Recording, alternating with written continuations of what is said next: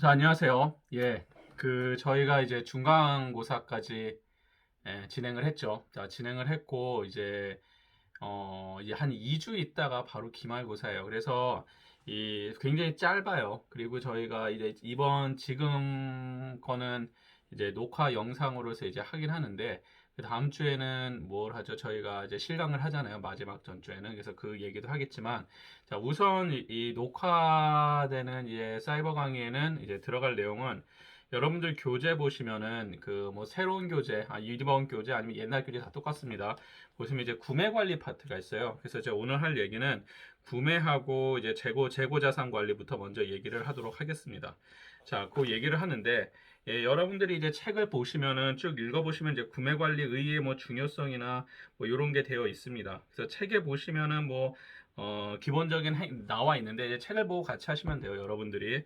그러면은 뭐 처음에 이런 게 써 있습니다. 뭐 진료에 필요한 약품이나 뭐 진료 소모품 등을 뭐 진료 행위 흐름 속에서 진료 계획을 뭐 달성하고 뭐 양호한 거래처부터 해서 뭐 여러 가지 내용들이 되어 있는데, 자, 여기서 이제 구매 관리에서 이제 중요한 점은 뭐냐면은 구매 관리라는 거는 이제 경영을 하는 데 있어서 뭐예요? 투입되는 물자를 관리를 하는 거죠. 자, 그래서 저희가 그 앞에서도 얘기했듯이 경영의 가장 중요한 거, 매니지먼트라는 거는 투입되는 자본에 비해서 어떻게 된 거예요? 어떠한 그 과정을 통해 갖고, 과정을 통해서 생산물 자체가 더 좋게 나와야 된다는 거죠. 예를 들어서 재료를 10을 샀으면은 10에 파는 것이 아니라 어떤 가공 과정을 거쳐서 100이라는 그 산출물을 낸다든지 이런 게 중요하다라는 거예요. 자, 이렇게 되어 있고, 가정 경영에서 기본적인 그 형태라고 했었을 때, 뭐, 차별화라든지 아니면은 가격 정책이나 이런 거를 얘기를 했을 때도 들어가겠지만, 이 가격이라는 것 자체가 이 상대방을 경쟁에서 이기기 위한 어떻게 보면 가장 기본이 되는 그러한 조건이라고도 얘기를 했었습니다. 자, 이러한 관점에서 보면은 이 구매 관리가 갖고 있는 의미가 굉장히 크다고 할 수 있어요. 구매 관리는 그냥 물건을 사는 것이 아니라 어떻게 보면 경영의 일선의 과정에서 제일 첫 번째 단계라고 보실 수가 있는 거죠. 투입될 자원을 어떻게 구매를 하느냐. 자, 투입될 자본을 어떻게 구입을 하느냐. 자원을. 그러면 이건 무슨 뜻이냐면, 동일한 퀄리티를 지니고 있다라고 쳐봐요. 그 자원 자체가. 동일한 퀄리티를 지고 있을 때 싸게 사는 게 유리해요? 비싸게 사는 게 유리해요? 당연히 싸게 사는 게 유리하겠죠. 그러니까 가격적인 결정력도 있고, 아니면은 퀄리티도 다르고 일반적으로 가격도 다 다르단 말이야. 그랬을 경우에는 우리가 원하는 어느 정도 퀄리티 내에서 합당한 가격을 가진 제품을 구매한다라든지, 뭐 그것뿐만 아니라 그러면은 어떤 시기에 구매하려는 물건 자체가 어떤 시기엔 비싸고 어떤 시기엔 싸고, 혹은 어떤 시기에는 갑자기 폭등을 할 수가 있고, 그러면 미리 얼마만큼 준비를 해놔야 되는지, 이러한 것들이 다가 뭐라고 하냐면 구매 관리라고 하는 거예요. 그러니까 나중에 우리가 급하게 쓸 물건들을 긴급하게 구하려면 비쌀 수밖에 없잖아요. 그러니까 대량으로 예측을 해서 어느 정도 구매를 해놓는다든지, 미래를 위해서 투자하는 것도 있고, 그리고 당장의 구매 중에서는 지금 하고 있는 구매선보다 다른 업체께 동일한 가격에 뭐 더 좋은 퀄리티가 있다든지, 혹은 동일한 퀄리티의 제품을 더 싸게 구입할 수 있다든지, 뭐 이러한 가격적인 측면, 뭐 아니면은 그런 품질적인 측면, 그리고 수량에 대한 예측성, 그리고 우리가 원할 때 얼마나 빨리 구입을 할 수 있는지. 만약에 내일 당장 써야 되는데 일주일 있다 물건이 들어온다. 그러면 어떻게 돼요? 곤란한 상황이 되잖아요. 그렇기 때문에 얼마나 응급 상황에서 얼마나 또 쉽게 조달을 받을 수 있는지, 이러한 것들이 다 구매 관리 안에 들어간다고 보시면 됩니다. 그래서 여러분들의 나와 있는 책들에 보시면은 구매 관리의 중요성이라는 파트가 나와 있어요. 그래서 제가 중요한 것만 찍고 넘어갈 건데, 거기 보시면 이제 첫 번째 뭐 이런 게 있죠. 자, 구매는 서비스 기능이 아니라 이익 창출 기능이라고 써 있습니다. 그래서 따라서 가치를 창조하는 창조적인 기능이다.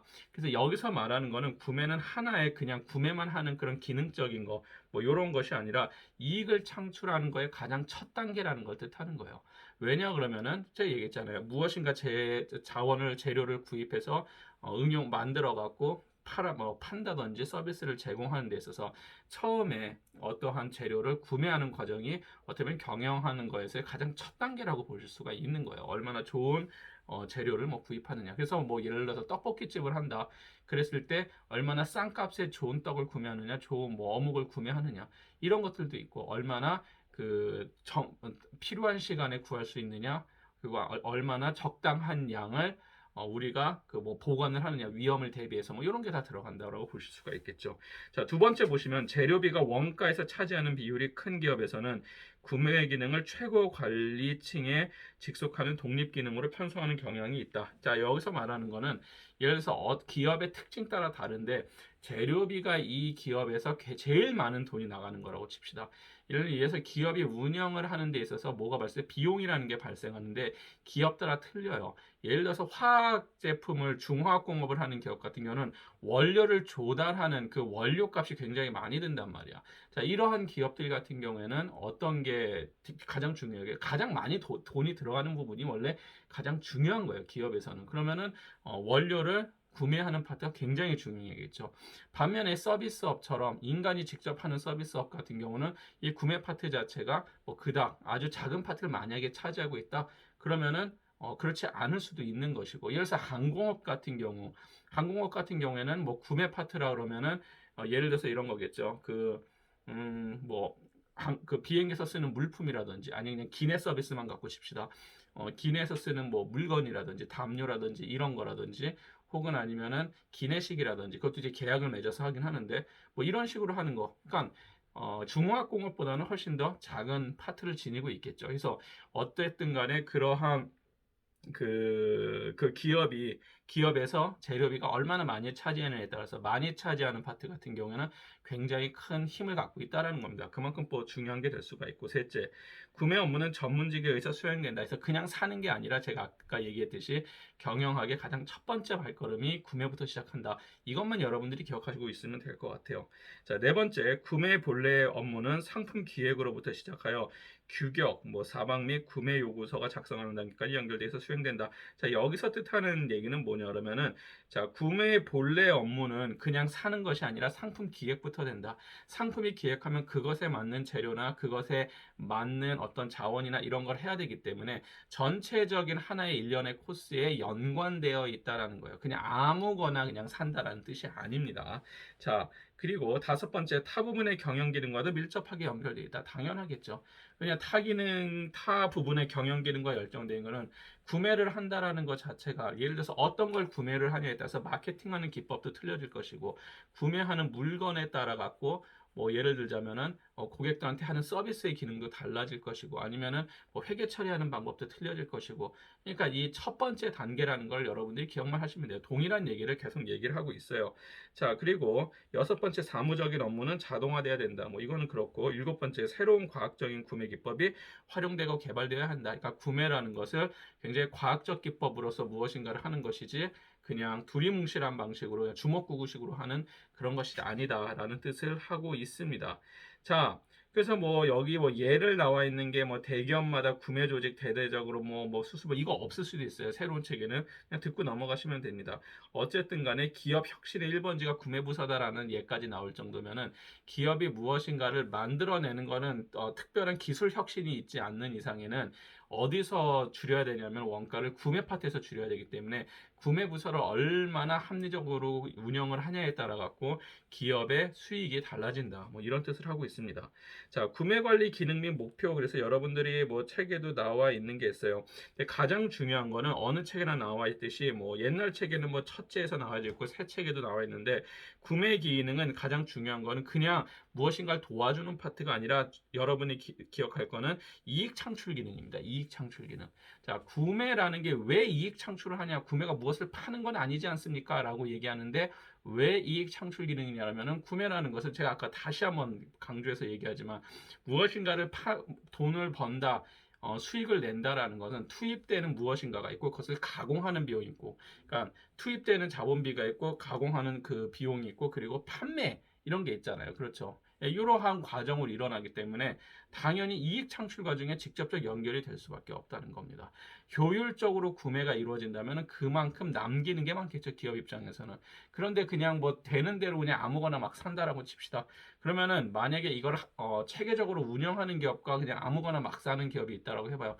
이게 작은 양은 상관이 없는데 양이 많아지고 대량 생산을 할 경우에는 굉장히 많은 차이가 난다라는 거예요. 예를 들어서 만약에 내가 떡볶이집을 자꾸 떡볶이집이 쉬워서 얘기하는데 운영을 하는데 아주 크게 성공을 했어. 그래서 떡볶이가 예를 들어서 100g에 뭐 10원씩 차이가 난다라고 칩시다. 예. 다른 경쟁 업체랑 우리가 10원씩 더 싸게 팔아요. 동일한 떡볶이를 만들어도 만약에 100g에 10원 그러면은 1kg에 100원 그렇죠. 그러면은 10kg에 1000원, 예. 100kg에 만원, 1톤에 1000kg에 10만 원 이렇게 돼요. 근데 이게 커지다 보면은 이 수가 엄청나게 많이 벌어진다. 하루에 몇백만 원, 몇천만 원 차이로 갭이 벌어질 수가 있다는 거예요. 동일한 걸 제공을 하는데도 얘보다 내가 훨씬 더 싸게 구매를 하면은 혹은 동일한 가격에도 훨씬 더 좋은 퀄리티의 제품을 얻는다면은 어떻게 돼요? 고객들이 이걸 또 알아차리거든요. 그런 의미를 하고 있습니다. 그래서 이익 창출 과정에 아주 밀접하게 연관이 되어 있더라. 자, 두 번째는 구매 기능은 경영의 주요 기능의 하나입니다. 예, 아까도 얘기했듯이 과거에는 생산부서에서 요구하는 물자 용역을 구매해주는 종속적인 것 같다면 지금은 자금 물자와 용역으로 전하는 운영 과정과 기업 내부에 최초로 이익을 창출한다. 아까도 얘기했듯이 경영 과정에서 제일 첫 번째 스텝에 들어간다라고 보시면 될 것 같아요. 자, 세 번째, 구매 본래의 업무는 구매 요구서를 접수하기 훨씬 이전부터 시작한다. 자, 여기서 말하는 구매 요구서라는 거는 여러분들이 병원 같은 데 가면은 이런 거 구매해 주세요. 이렇게 된단 말이에요. 예를 들어서 붕대 뭐뭐뭐 해 주세요. 아니면은 수액 뭐뭐를 해 주세요. 어떤 약을 구매해 주세요. 이렇게 구매 요구서가 발생하기 그러니까 그때부터 구매가 시작되는 게 아니라 그 이전부터 구매가 시작된다. 이 얘기는 뭐냐 그러면은 예를 들자면 병원에서 제가 맨날 무점약 얘기를 듣는데 무점약이 굉장히 많단 말이에요. 그래서 어떠한 그 피부과에서 오더가 오겠죠. 이거 구매해 주세요. 구매 요구서가 오기 전에 구매부서에서 시장에 나와 있는 무점약에 대한 거를 먼저 다 분석을 해놔야 되겠죠. 그리고 실제로 이게 우리한테 어떻게 합리적으로 제공이 가능한지 도매 업체나 이런 데하고 관계가 벌써 맺어져 있다라든지 실제로 그러한 정보를 다 가지고 있어야 된다는 거예요. 이게 공격적으로 이제 구매 관련된 파트를 운영을 하는 거죠. 그냥 피부과에서 뭐뭐 사주세요. 사주는 거 이게 아니라 그 하기 전부터 벌써 세팅을 해놔야 된다는 거예요. 어떤 라인이 가장 유리한지. 그래야지 위에서 구매 요구서가 들어왔을 때, 이거는 이런 방식으로 합니다. 해서 조율을 해갖고 가장 효율적인 구매를 할 수가 있다는 것을 또 뜻하기도 해요. 자, 네 번째는 구매는 고도로 훈련된 전문 요원에서 수행된다. 그래서 이 얘기는 뭐냐면은 그냥 아무나 이거 사주세요 해갖고 그냥 사는 그런 개념이 아니라 처음부터 계획을 잡고 이게 어떠하게 우리한테 거래가 될 것이고 이게 안정적으로 우리한테 거래가 될 것인지 그것도 따져야 되고 그리고 가격적 안정적인 거, 품질적인 안정적인 거, 경쟁자들하고 대비했을 때 어느 정도 우리한테 유리한 조건으로 해줄 것인지 이런 거를 이제 미리 구매부서에서 전략적으로 다 준비를 해놔야 된다라는 현대적 관점에서의 이제 구매 관리는 뜻을 하고 있습니다. 자, 그래서 구매 관리 목표 이렇게 또 나와 있어요. 보시면은 필요한 물자 용역을 계속해서 공급해야 된다. 계속성에 관련된 얘기예요. 내가 좋은 거를 구매했는데 이것이 지금만 잠깐 구매한 것이면 의미가 없다라는 거예요. 지속적으로 문제 없이 구매가 돼야 된다는 거예요. 실제로 구매부서에서 할 때 아주 중요한 것 중에 하나예요. 얼마나 지속적으로 안정적으로 물건을 구매할 수 있을 것인가. 그리고 어떠한 이제 외부적인 좋지 않은 조건이 났을 때 가격이나 모든 면에서 우리가 남들이 예를 들면 마스크라고 칩시다. 병원 마스크를 공급을 받았어. 그랬는데 이 마스크가 갑자기 코로나 사태가 터지면서 초기에 굉장히 모자랐단 말이에요.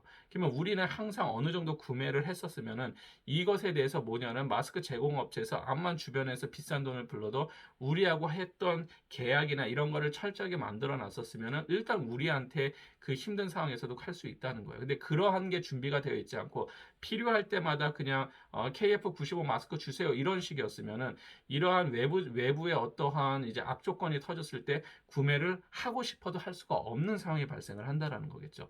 자, 이러한 거기 때문에 이 지속성 이제 물자의 용역이나 이런 거를 계속 지속적으로 받아낼 수 있는 이러한 것이 굉장히 중요한 첫 번째 요인이 되고요.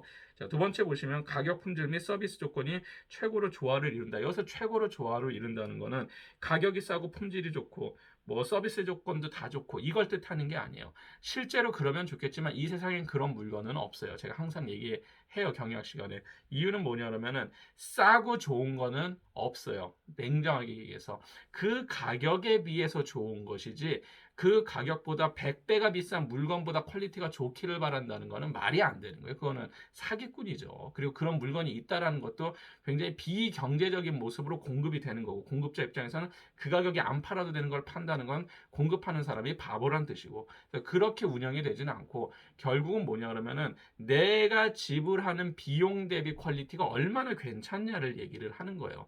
저는 그래서 항상 얘기하는 게 비싼 게 무조건 좋진 않아요. 그렇게 좋진 않지만 싼 게 그 비싼 것만큼의 퀄리티를 가질 거라고 기대하는 것 자체는 솔직히 무리가 있다라고 얘기를 항상 합니다. 자, 여기서 얘기하는 거는 가격하고 퀄리티하고 서비스 조건은 이게 동시에 높여지진 않아요. 제가 실강에서 얘기했었듯이 트레이드 오프 관계라 그랬었죠. 반비례 관계로서 움직인단 말이에요. 가격이 비쌀수록 어떻게 돼요? 퀄리티 자체는 높아지죠. 예, 가격이 아니구나. 그럼 반비례가 아니겠네요. 그러니까 가격하고 이제 퀄리티 관계인데 가격이 싸면 당연히 퀄리티는 떨어질 수밖에 없고 가격이 비싸면 퀄리티는 높아질 확률이 높아지는 거겠죠. 자, 그래서 이런 게 조화를 적정한 수준에서 이루는 거예요. 우리는 가격하고는 필요 없는데 최고의 제품이 필요해.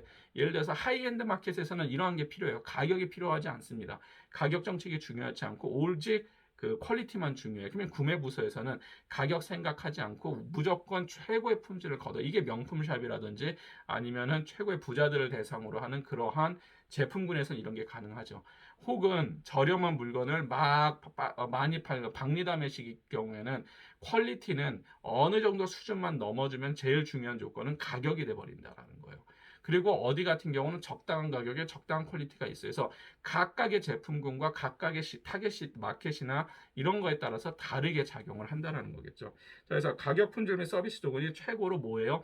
조화를 이루어야 된대요. 최고여야 된다는 뜻이 아닙니다. 잘 기억해 두셔요. 최고로 조화를 이룬다. 이것이 필요하다. 재고와 관련된 손실을 최소화한다. 자, 구매부서에서 가장 힘든 일이 뭐냐면 재고 남는 거죠. 재고를 어떻게 계산을 하냐는 거예요. 그러면 재고를 없이 운영하는 게 좋지 않겠어요? 자, 두 가지의 방식이 있겠죠. 그때그때 구매를 한다면 재고가 쌓이지가 않겠죠.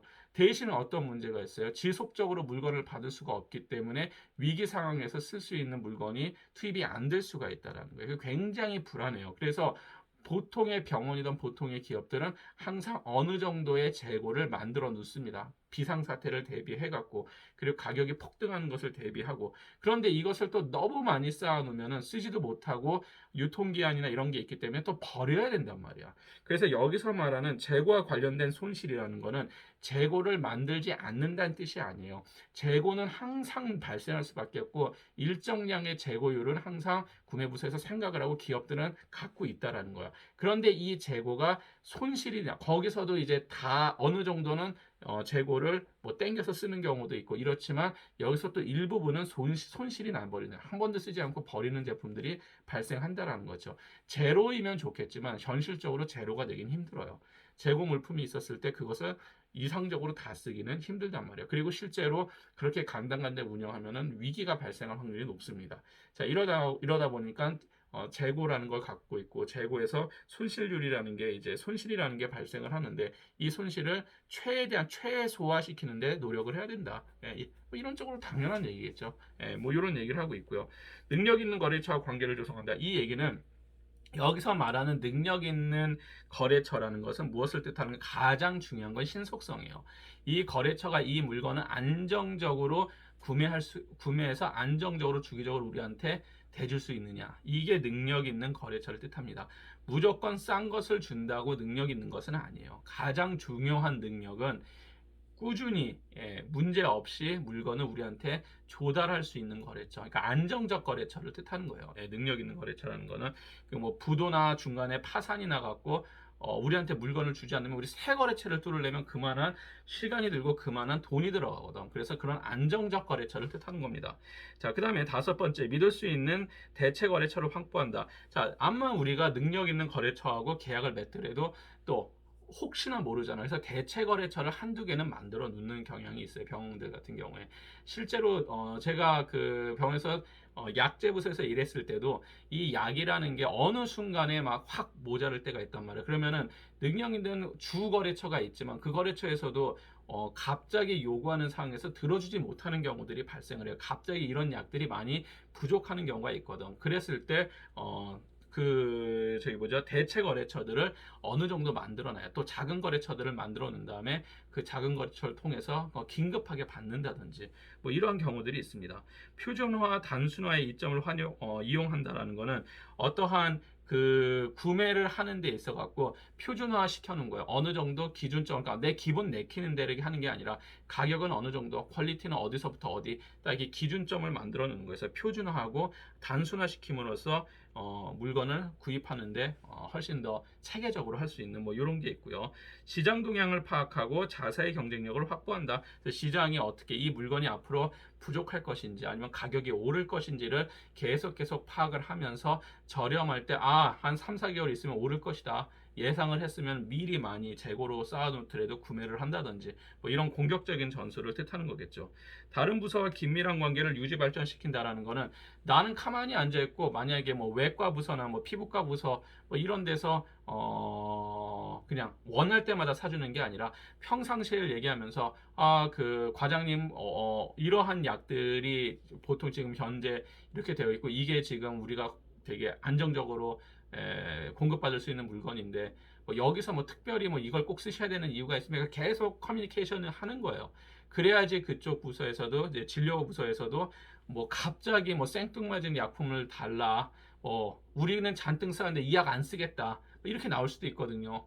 달라요. 그러니까 제가 앞에서 조직이 다르다고 했잖아요. 같은 병원에 있지만 목표들이 다 다르다 보니까 진료부서에서는 우리 이거 뭐 했는데 별로 못 쓰겠는데요. 이렇게 나와요. 실제로 여러분들 일하면 나오는 경우가 많이 있단 말이야. 그랬을 때 조정을 해야 되려면 그 전에 벌써 충분한 커뮤니케이션이 있어야 된다라는 거겠죠. 자, 구매 기능을 윤리적으로 능률적으로 효율적으로 관리한다. 윤리적이라는 거는 불법적인 루트를 취하지 않고 윤리적으로 한다든지 능률적이고 뭐 효과적으로 한다. 이건 아시겠고 구매부서 직원을 전문적으로 훈련시키고 개발한다. 그러니까 구매라는 것은 그 단순하게 물건을 사는 행위를 넘어선 어떻게 보면은 우리가 경영을 해서 무엇인가 이익을 창출하고 경쟁자를 이기기 위한 경쟁 우위에 서기 위한 가장 첫 번째 발걸음이 구매 단계라는 걸 항상 인지를 하고 이쪽 부서에서 일하는 사람들은 그러한 것을 가지고 일을 해야 된다. 뭐 이런 뜻을 얘기하고 있습니다. 자, 뭐 구매 관리의 뭐 기본 원칙에서 뭐 쭉 앞에 있는 거랑 뭐 별 그렇게 큰 차이는 없습니다. 읽어보시면 되고요.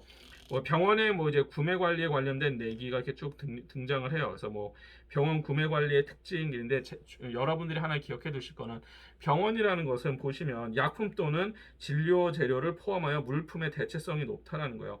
자, 물품의 대체성이라는 건 이거 아니면 또 다른 걸 쓸 수 있다라는 걸 뜻하는데 전체 재료비 중 52.6%를 차지하는 약품. 자, 병원에서 구매하는 거의 절반 이상이 뭐다? 약일 수밖에 없잖아요. 여기서 약이라는 거는 먹는 약뿐만 아니라 주사제 아니면은 저기 뭐야 이 수액 뭐 바르는 약 뭐 요새는 이제 한약까지 들어가는 거는 한약환까지도 들어가는 경우들이 있어요. 굉장히 다양한 그 물건들이 들어가는데 대략 반 이상이 자 약품인 경우가 많고 이 약품 종류는 굉장히 많다라는 거예요. 일반적으로 구매를 할 때 한 가지 물건을 대량으로 구매할 때 싸게 구매할 수가 있잖아요. 그런데 병원에서 쓰는 약은 실제 종합병원들 같은 경우는 몇천 종의 약을 써요. 몇천 종의 약을 쓴단 말이야. 예, 뭐 2천 종, 3천 종뭐 이렇게 써요. 약 자체가. 굉장히 많은 약을 사용하다 보니까 그 약이 소량으로 많이 쓴다는 거죠. 물론 많이 쓰는 약들이 있어요. 뭐 해열제라든지 진통제라든지 뭐 영양제라든지 이런 거는 많이 써요. 많이 쓰고 이런 거는 조달하기도 편해요, 아주. 그런데 특별한 약들이라면 뭐 예를 들어서 항생제만 해도 엄청나게 다양한 항생제가 있어요. 뭐 쉬운 예로 뭐 세팔로스포린 계열이라 해서 가장 많이 쓰는 세파계 항생제가 있는데 이 세파계 항생제도 1세대, 2세대, 3세대 막 세대도 나눠지고 각 세대별로 또 여러 가지 약들이 있고 그 약들도 회사 따라 또 많고 자 이러다 보니까 굉장히 다양한 품종이 존재한다는 거죠. 그래서 뭐 여기 책에 보시면 뭐 소화제 갖고 얘기를 하는데 뭐 소화제도 뭐 수십여 종의 약품이 유통되고 뭐 동일한 병원이라도 의사에 따라 처방하는 약제가 다른 경우도 허다하다 그런데 결국은 뭐냐면은 동일한 성분을 지니고 그러니까 약에서는 성분명과 상품명과 그리고 그 화학식명이라는 게 있어요. 일반적으로 세 가지를 얘기하는데 화학식명은 보통 이제 임상에서 쓰지는 않고 자 성분하고 성분명과 무슨 명을 쓰냐면 상품명이라는 걸 써요. 성분명은 뭐 ASA 뭐 아니면은 ASA가 아스피린이요. 아스피린이라는 건 상품이에요. 그리고 그거에 대해 들어있는 성분이 아세트살리실린 엑시드라는 성분이 들어가거든요. 그래서 ASA라는 성분화에 아스피린도 있고 동이 비슷한 이름들이 굉장히 많이 존재한다라는 거예요. 예를 들어서 그 타이레놀 이것도 성분명이에요. 어디서는 타피롤이라고도 얘기를 해요. 뭐 다양한 이름을 쓸 수 있다는 거야. 근데 이것에 대한 그 저기 성분은 AAP거든. 아세트 아미노펜의 약자예요. AAP인데 성분은 하나지만 다양한 상품으로 나온다는 거예요. 약이 그러한 특징을 갖고 있다는 겁니다. 그래서 동일한 거라고 한 가지가 아니라 동일한 성분을 가진 약이 막 수십 가지, 수백 가지가 존재하기 때문에 한국 같은 경우는 성분명의 국가가 아니라 상품명으로 하는 국가이기 때문에 어떤 상품을 어떻게 구매하느냐도 굉장히 중요하다는 거예요. 그래서 다양한, 그러니까 많은 종류가 존재해서 일반적으로 구매하면 몇 가지를 구매하는 게 아니라 수천 가지를 구매한다라고 보시면 될 것 같습니다. 자, 시간이 됐으니까 잠 끌었다가 다시 가도록 할게요.